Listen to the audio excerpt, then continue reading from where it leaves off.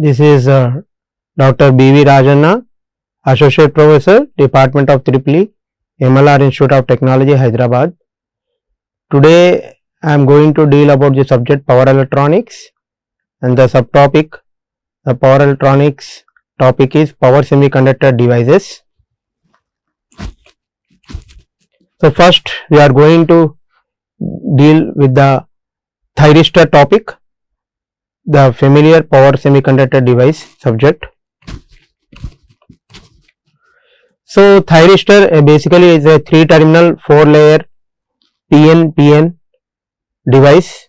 So 4 layers PN, and it can handle high currents and high voltages with better switching speed and improved breakdown voltage. Name thyristor is derived by a combination of capital letters from thyratron and thyristor, the thyristor and transistor, and has a characteristic similar to thyratron tube, but from the construction viewpoint belongs to transistor PNP or NPN device family. Thyristors is a typical ratings available are 1.5 kiloamperes and 10 kilovolts, which responds to 15 megawatt power handling capacity. This power can be controlled by a gate current of about 1 ampere only, and this is a basic structure of SCR, nothing but silicon control rectifier. Here SCR is a unidirectional device, unidirectional semiconductor device, and it is a current controlling device. It is a current controlling device which allow current to flow only in one direction. Here there are 3 junctions, J1, J2, J3, and next here it has 3 terminals, anode, cathode, gate, and 4 layers, 1, 2, 3, 4. Here anode is a terminal through which current enters. So current enter terminal is nothing but anode, and next cathode is a terminal through which current leaves. So current is leaving through the cathode, and gate is a terminal through which we trigger the supply to the SCR. So here we will be giving triggering signal.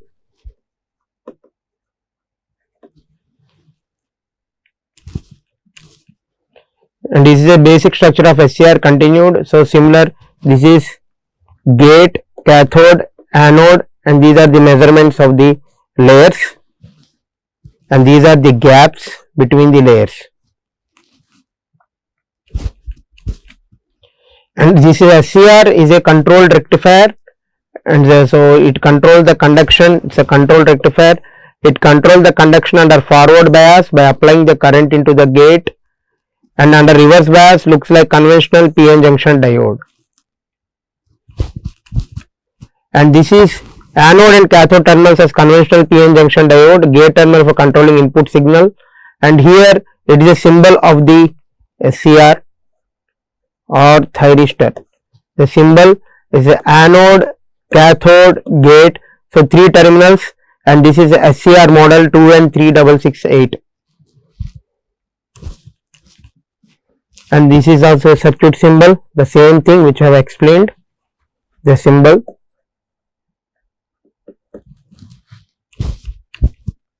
And this is the layer structure of the SCR.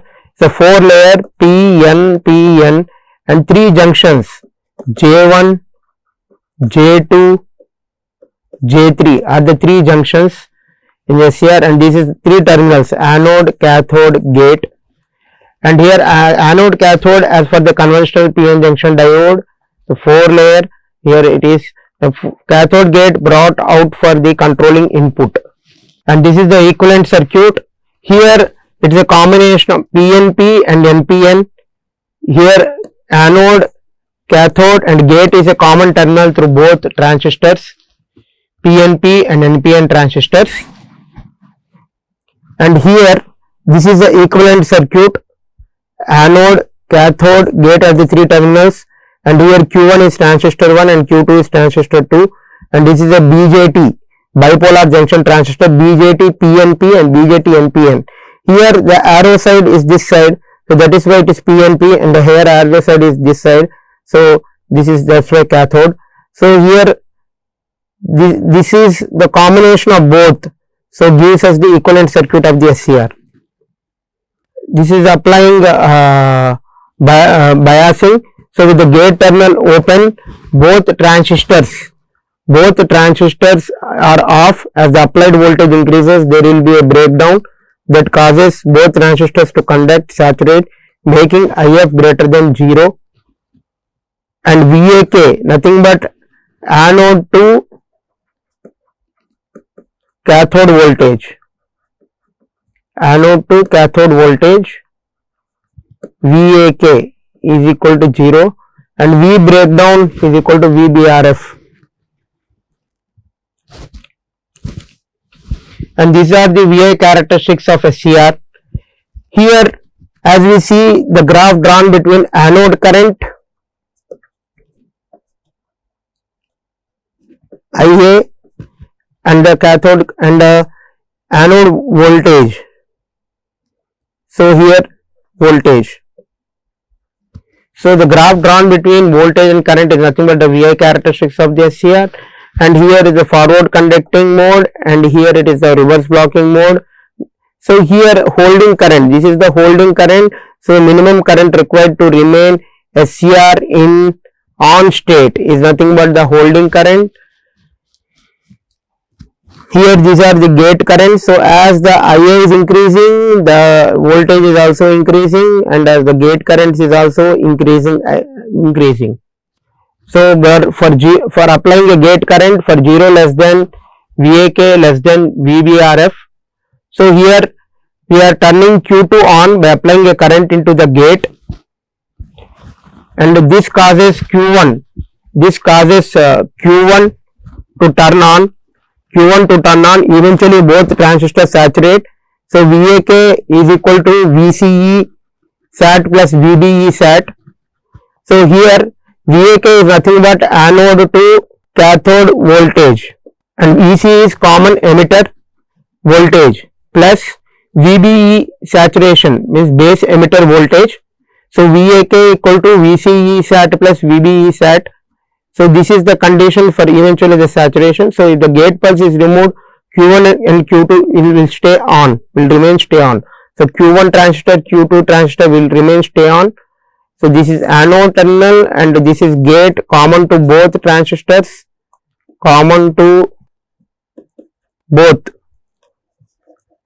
This is common to both Q1 and Q2. So here anode, cathode, gate are the three terminals. So here how do we turn it off? So cause the forward current to fall below the value of the holding current, then reverse bias the device. SCR application. So this is a common SCR circuit. Here the voltage source 170 volts, 120 volts RMS, 68 Hz 0 degree. As we see in CRO, the waveform is like this. Here we are using the thyristor 2N1776, and load R load is 15 ohms, and here the capacitor is 0.01 microfarad. So when the voltage across the capacitor reaches the trigger point, the voltage of the device, the SCR, turns on. The current flows in the load and the remainder of the positive half cycle. So the current flow stops when the applied voltage goes negative. And switching characteristics of SCR, here turn on transient, the delay time TD. So this is the delay time TD. So here the graph goes like this and then saturates, and the rise time TR, and this is the rise time TR. So from here to here it is TR, the rise time, and next the turn on time TGT from here to here. So the graph goes like this, again like this, and next the turn off transient, the reverse recovery time. This is nothing but the TRR, the reverse recovery time, and next the forward recovery TGR. This is TGR, and next the turn off time TQ. SCR operating modes, and this is forward blocking mode, forward conduction mode, and reverse blocking mode. So first forward blocking mode. So anode is positive with respect to cathode, but the anode voltage is less than the breakout voltage VBO. So only leakage current flows. So thyristor is not conducting. Next, so here this is the condition. This condition is important. In forward conducting mode, when the anode voltage becomes greater than the VBO, anode voltage is greater than VBO, VBO is nothing but breakover voltage, thyristor switch off from forward blocking forward to conduction state. So a large forward current flows. If the IG gate current is equal to IG1, thyristor can be turned on even when anode voltage is less than VBO. So the current must be more than the latching current. Latching current is nothing but the minimum current required to maintain thyristor in on state even after the trigger gate pulse is removed. Here, if the current range is less than the holding current IH, the minimum current required to make the thyristor in on state remains in on state is the holding current. So the thyristor switch back to the forward braking state. Here, reverse blocking mode, when the cathode is more positive than anode, the small reverse current flows. However, if cathode voltage is increased to reverse breakdown voltage, so avalanche breakdown occurs and the large current flows. Thyristor operating principle, the thyristor has three PN junctions, J1, J2, J3, already we discussed. So J1, J2, J3, 3 junctions, and anode, cathode, gate are the 3 terminals of the SCR. Here when anode is positive potential with respect to cathode, no voltage applied. At the gate junctions J1, J3 are forward biased while junction J2 is reverse biased. As J2 is reverse biased, no conduction takes place. So thyristor is in forward blocking state, which is in off state. Next, if VAK, the forward anode to cathode voltage is increased with respect to cathode, forward leakage current will flow through the device. When the forward voltage reaches a value of breakdown voltage VBO of the thyristor, forward leakage current will reach saturation and reverse bias junction J2 will have avalanche breakdown and thyristor starts conducting on state known as forward conducting state.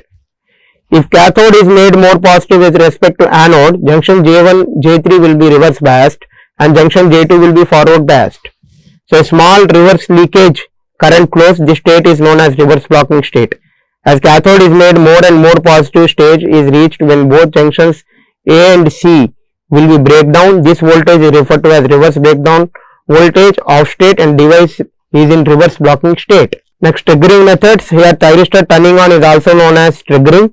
With anode positive with respect to cathode, a thyristor can be turned on by one of the following techniques: forward voltage triggering, gate triggering, dV by dt triggering, temperature triggering and light triggering. So first we discuss about forward voltage triggering. When breakover voltage VBO across the thyristor is exceeded than the rated maximum voltage of the device, thyristor turns on. At the breakover voltage, the value of the thyristor anode current is called the latching current. Breakover voltage triggering is not normally used as a triggering method and most circuit designs attempt to avoid this occurrence. And when a thyristor is triggered by exceeding VBO, the fall time of the forward voltage is quite low, about 1/20th of the time taken when the thyristor is gate triggered. However, a thyristor switches faster with VBO turn on than with gate turn on. So permitted dV by dt for breakover voltage turn on is lower. Next, dV by dt triggering. Here with forward voltage across anode and cathode of a thyristor, two outer junctions A and C are forward bias and the inner junction J2 is reverse bias. Here as we see, as PN junction has capacitance, so larger the junction area, the larger the capacitance. The reverse bias junction J2 behaves like a capacitor because of the space charge present there. If a voltage ramp is applied across the anode to cathode, a current will flow in the device to charge the device capacitance according to the relation IC is equal to C into dVc by dt. If the charging current becomes large enough, density of moving current carriers in the device induces switch on. This method of triggering is not desirable because high charging current IC may damage the thyristor. So IC is equal to C into dVc by dt. This is the relation we need to look after. Temperature triggering. During forward blocking, most of the applied appears across the reverse bias junction J2. This voltage across J2 associated with leakage current may raise the temperature of the junction. With increase in temperature, leakage current to junction J2 further increases. This cumulative process may turn on the SCR at some high temperature. So high temperature triggering may cause thermal runaway and is generally avoided. This is light triggering. Last one, in this method light particles, photons are made to strike the reverse bias junction. As we see here, J1, J2, J3 are the 3 junctions.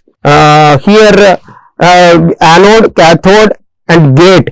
Here gate terminal is receiving light signal to the device SCR. Here gate terminal we are giving light signal. So that here light particles, nothing but photons, are made to strike the reverse bias junction, which causes an increase in the number of electron hole pairs and triggering of the thyristor. For light triggered SCRs, a slot is made in the inner P layer. When it is irradiated, free charge carriers are generated just like a gate is applied between gate and cathode. Pulse light of appropriate wavelength is guided by optical fibers for irradiation. Next, if the intensity of the light is thrown on the recess exceeds a certain value, forward bias SCR turn on. Such a thyristor is known as light activated SCR, LASCR. So light triggered thyristor is mostly used in high voltage direct current HVDC transmission systems. Thyristor gate control methods. So here an easy method to switch on SCR into conduction is to apply a proper positive signal to the gate. This signal should be applied when the thyristor is forward bias and should be removed after the device has been switched on. So thyristor turn on time should be range of 1 to 4 microseconds, while turn off time must be between 8 to 50 microseconds. So thyristor gate signal can be of three varieties: DC gate signal, AC gate signal and pulse. Thyristor commutation. So commutation, the process of turning off the conducting thyristor. So there are two types of commutation: current commutation and voltage commutation. So a thyristor can be turned on by applying positive voltage of about a volt or a current of a few tens of milliamperes at the gate cathode terminals, but SCR cannot be turned off via a gate terminal. Here it will turn off only after the anode current is negated either naturally or using forced commutation techniques. These methods of turn off do not refer to those cases where the anode current is gradually reduced below holding current level manually or through a slow process. So once the SCR is turned on, it remains on even after the removal of the gate as long as minimum current, the holding current, is maintained in the main or rectifier circuit.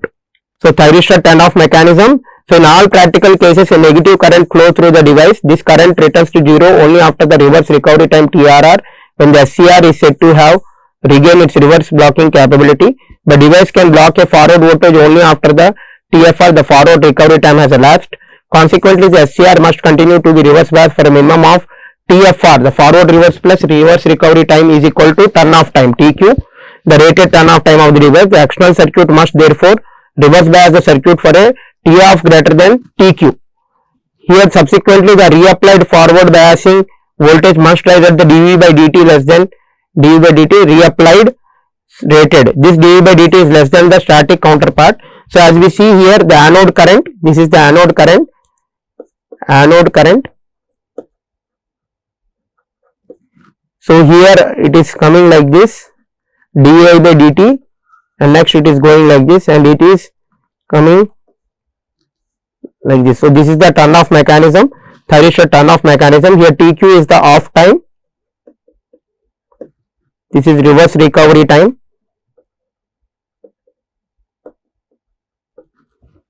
and this is dV by dt VAK reapplied.